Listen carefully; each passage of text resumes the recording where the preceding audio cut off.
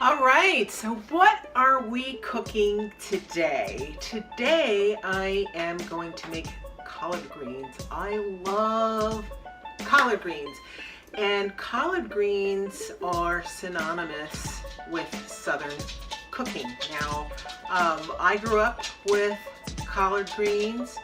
Usually those collard greens were with like ham hock or some sort of pork fat. And I used to love it. And there was this whole process that you had to do with collard greens, and I was able to kind of narrow it down so it's easy peasy. But I'm not sure if you know that I think it was around 2011, South Carolina loves their collard greens so much that they voted to have the collard green as their national vegetable. And around Savannah, Georgia, Atlanta, Georgia, there are collard green festivals. It's not just a Southern thing, it's not just a U.S. thing, but around the world, everybody loves collard greens. I know that where is it? In Brazil, they have this dish where they mix butter and olive oil, and that's a nice little side dish. They saute the collard greens. And then in India, there is, I think it's in a region called Kashmiri, that there is a dish that's called, well, I could be butchering it, but it's called haka. I think that's right. And then in Portugal, there's also this dish. They make a soup out of it, and it's called, what did I have on my notes? It was called caldo verde, but they also make that with kale. But everybody loves collard greens, so I definitely wanted to make it for you today. And I love collard greens because it's really high in vitamin A, it's high in vitamin C, it's high in K. It has the antioxidant beta carotene, and it's just a really wonderful dish, and it's super easy to make. So I just wanted to show you the basic ingredients, my ingredients, the way that I make it before we start cooking. All right, so let me give you a quick little snapshot. All right, so here are our collard greens. I love collard greens. And the thing with collard greens, for me at least, is I use the entire thing, stem and everything. What I do is I put all of the leaves in the sink, and I really make sure that I wash it off. I really wash the back of the spine off. And I've grown collard greens, and sometimes there are these little not gnats, but aphids that go along the spine. Aphids love collard greens, but I have this special method, which you'll see, where I roll everything up and I cut it, but I use absolutely everything. The only thing that I would get rid of is if I bought these at the store and I saw that the ends were a little brown, then I might take off just a smidge. Oh, look, there's my helper right there, my sous chef, looking for goodies, right? Not today. Not right now. Anyhow, so I use collard greens. Typically, I like to have extra, and I'll freeze the extra collard greens. So I will use 2 bunches. And this is 1 bunch of collard greens. Typically, you get about, I'd say, 8 to 12 good-sized leaves. You know, if you would go to Whole Foods, then you would end up purchasing this for probably about $2.99, but you can get them for about a $1.50, $1.99 in Safeway or Sprouts or other places like that. I use a serrano, chili pepper in with it. I do deseed these because otherwise it'll be too spicy. I've also used a jalapeno, so if I don't have these serranos, I will absolutely use a jalapeno. I usually use a white onion because it's not as sharp. So I use a whole onion, I dice that small, and then I'll go ahead and just use some garlic.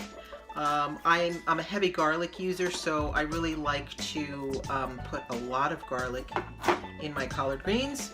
and then I just use a splash of oil at the end. So, and then I have some pepper that I use, and then I also use just a little bit of the Himalayan salt. If you don't want to use the oil and you don't want to use the salt, you do not have to. I just want to let you know that. Now, my secret ingredient, I will let you know. This is a long, dark, held secret.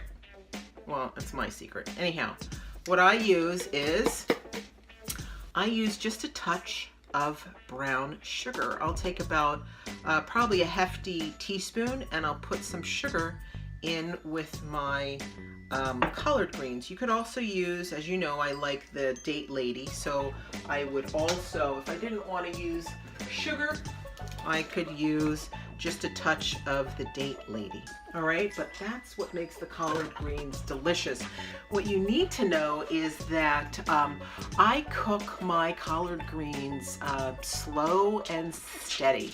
So I'll go ahead, you'll see in the next part that how I make the collard greens, but I typically put them on a low heat. Once they start to boil, I'll put them on a very low heat, and I'll leave it on the stove probably for a couple of hours. I really want everything to get nice and soft, and by me adding just a touch of that olive oil, it gives a really nice flavor. And when I make the collard greens, I am not missing any of the pork fat, the ham hocks, and frankly, the thing that turned me off from collard greens is I was making it. Oh no, I was at a friend's house.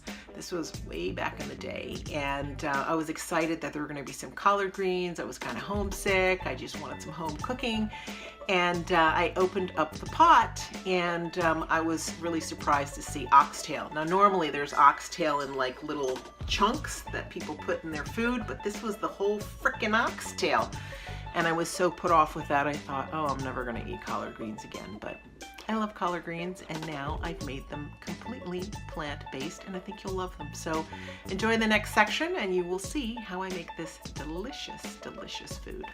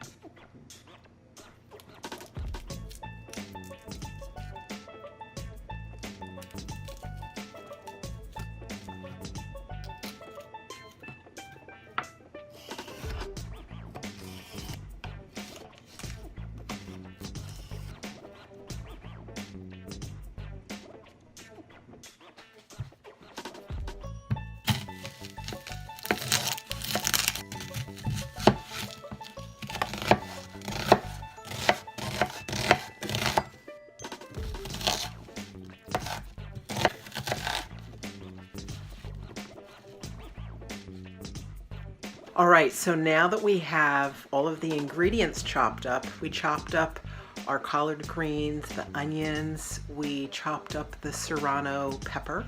If you like, you can use a jalapeno instead, but I like serrano. And I chopped up some garlic, and then we have some spices. So let's check out. Okay, our water's boiling. We have our collard greens here. Our onions are ready, chopped garlic. We have some Himalayan salt, dried garlic, the serrano.